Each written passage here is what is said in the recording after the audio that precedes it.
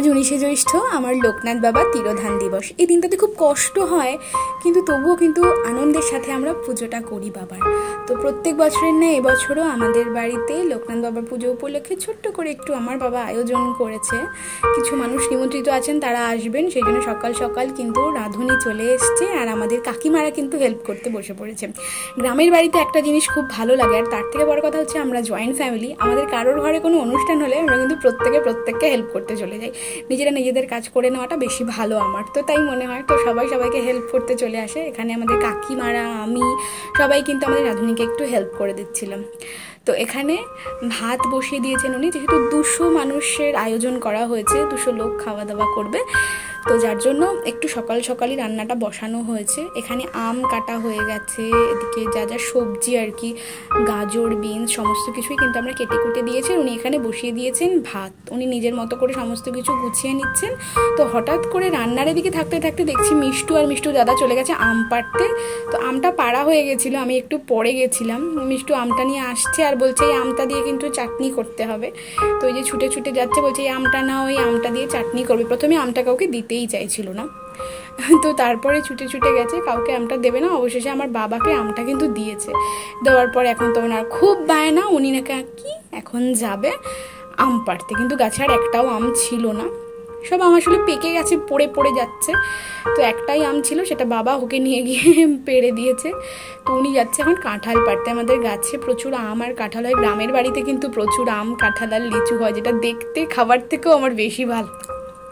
তো খুবই ভালো লাগছিল। মিষ্টু গেছিল কাঁঠাল পাড়তে, অনেকক্ষণ ধরে চেষ্টা করলো, কিছুতেই পারলো না। বললো এই কাঁঠালটা আমি কি পারবো মাম্মা? পারো। তো কিছুতেই পারলো না পারতে। তারপর আমরা চলে এলাম আবার রান্নার কাছে। এখানে ভাতটা হয়ে গেছিলো, উনি নামিয়ে দিচ্ছিলেন। এদিকে আম, ক্যাপসিকাম, সবজি সমস্ত কিছু কাটাকাটি হয়ে গেছে। তো ফাইনালি আমাদের রান্নাবান্না হয়ে যাওয়ার পর যারা নিমন্ত্রিত ছিলেন তারা কিন্তু চলে এসছেন, তাদেরকে আমরা বসিয়ে দিয়েছি। এনারা পরে বসেছিলেন, যার জন্য এনাদের পাতে এখনও আলুর দমটা দেওয়া হয়নি। তো এদিকে সবাই খেতে বসেছে। আমাদের কিন্তু খুব ভালো লাগে যখন কাউকে নিমন্ত্রণ করার পরে সেই মানুষটা আসে। এখন সবাই এতটাই ব্যস্ত যে কাজের জন্য আর বেরোতেও পারে না, কেউ কারোর কাছে আসেও না, শুধু উৎসব অনুষ্ঠানগুলোতেই সবাই সবার বাড়িতে আসে। তো এই মুহূর্তগুলো আমার কাছে ভীষণ স্পেশাল, খুব ভালো লাগে। তো যাই হয়ে যাক না কেন, আমাদের অনুষ্ঠান হলে আমরা সবাই এক জায়গায় হই।